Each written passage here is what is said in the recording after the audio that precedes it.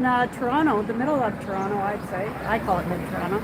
We're at Don Stewart's campaign office. And look who I ran into, the famous Daniel Bordman. Well, And he saw that I don't know where he got please, to. So they've agreed to do a little chit-chat with me, and we'll see what we get into talking about. But let's just start. I'm going to turn the camera around, so I'm just going to face it onto you. Running. There we go. So, Daniel, Yes. you've been out and about a lot lately, and getting the word out. There's a lot going on. I don't even know where to start with you in a way, except maybe this election possibly coming soon, maybe. We'll find out. I mean, I think Mark Carney has two options.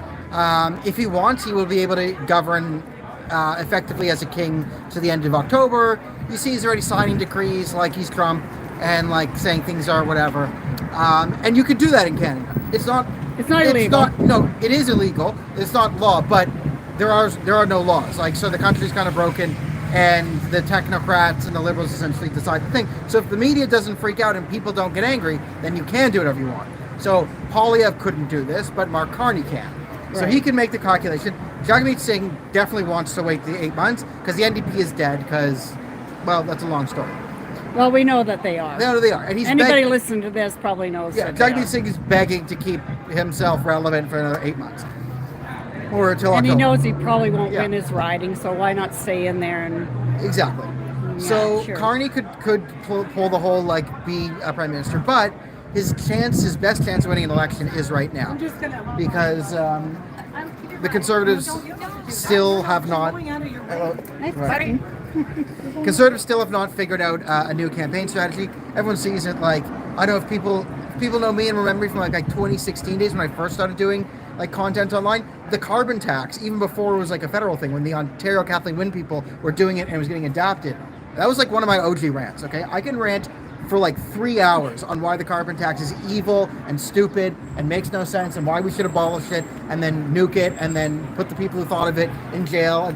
I could do that. But we're not going to let Daniel do that. No, He's because not ranting now I see the TV and I see every commercial, I see the Conservatives, I want to shut it off. It's just, we call everything carbon tax. Right. Carbon tax Lynn is talking to carbon tax Daniel, and carbon tax Don Stewart's carbon tax campaign, and everyone just is done with it. So, and I think most of us that have been watching for quite a while recognize that is become problematic. And it's not so much that you can't shut up about the carbon tax. Listen, elections are not about democracy, values, policy, purity, the blah, blah, blah of the whatever in the soul. Elections are an episode of The Apprentice. And now, because Donald Trump is president, the entire world is another episode of The Apprentice. It's reality TV. So it's not what you say, it is how you say it. You can talk about the carbon tax, but you have to take credit. You have to say, we axe the tax. You can't let Carney say he axe the tax. Oh, he's a hypocrite. Yes, don't you understand what the world we live in? Life isn't fair. The media supports the Liberal Party. Get over it. So would you not agree then, perhaps, that this is an info war? This is a war of information, without using the word war. But this is a situation that we've got to get information out there. Now, we don't have the CBC or CTV. No, it's not even about information at this point. The information war is important. I think it's a different thing. This is politics, okay?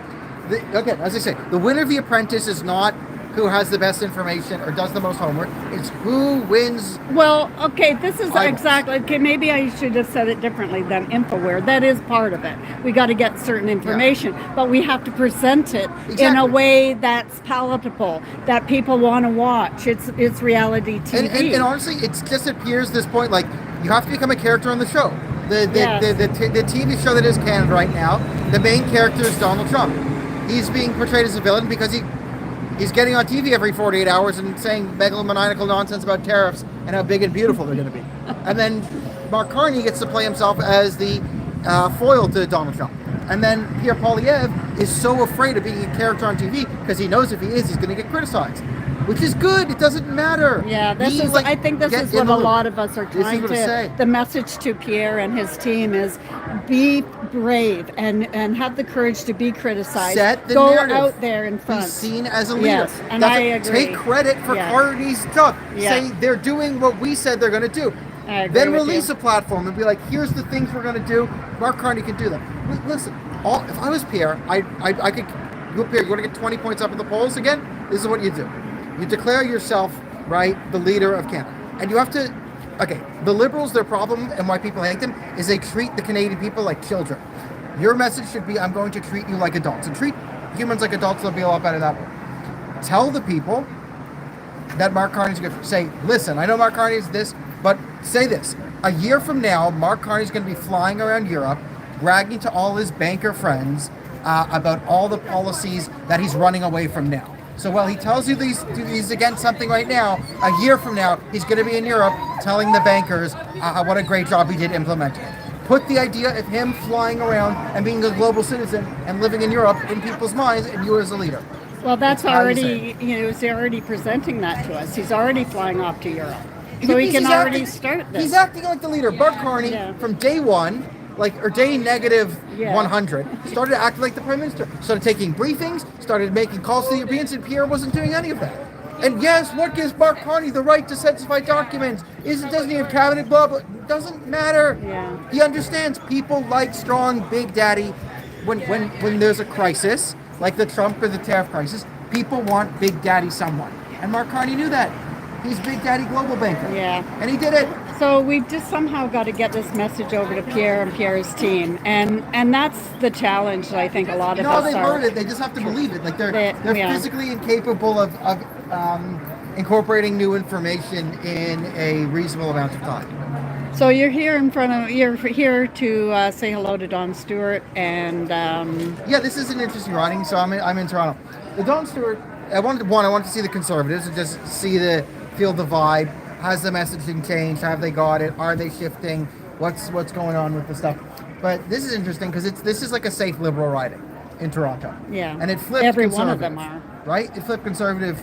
Back when Trudeau was still captain, and the primary reason is like a lot of Jews live here, and a lot of crazy lunatics running around the streets of Canada threatening to kill all the Jews. Right?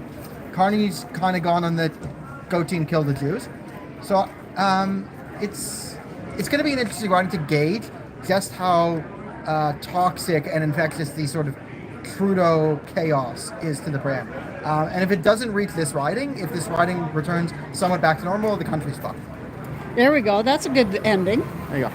That's a good ending. All right, Daniel, let's just get a goodbye to the people. Thanks, Daniel, for bye, everybody. Speaking to us.